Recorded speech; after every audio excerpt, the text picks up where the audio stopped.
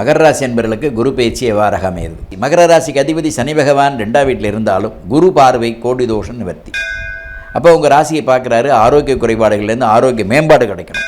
கலைத்துறையில் இருக்கிறவங்க சிறந்து விளங்கக்கூடிய வாய்ப்புகள்லாம் இதில் இருக்கும். கலைத்துறை நிறைய பேர் இருக்காங்க. குரு பயிற்சி ஆகிடுச்சு, ரொம்ப நாளாக எனக்கு வர வேண்டியது வரல, வரும். என் பொண்ணுக்கு நான் பார்த்துட்ருக்கேன், என் பையனுக்கு பார்த்துட்ருக்கேன், அமையல, கல்யாணம் நடக்கும். சுபவிரை செலவுகள் உண்டு. 60 வயசு தாண்டினவங்க 60ஆம் கல்யாணம் பண்ணிப்பாங்க.